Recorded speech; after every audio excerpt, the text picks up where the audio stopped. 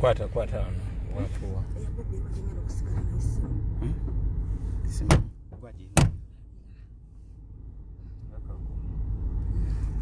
Mkwata ukote face ya. Gwinge yange eringe tali live. No bya no live. Wetu webirange live. Oli live. Yes, post. Amufuna. The face ya. The face njifuna. Get them.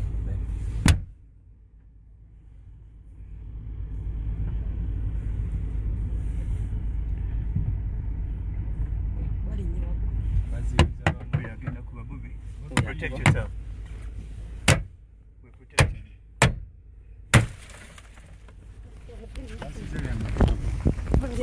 you.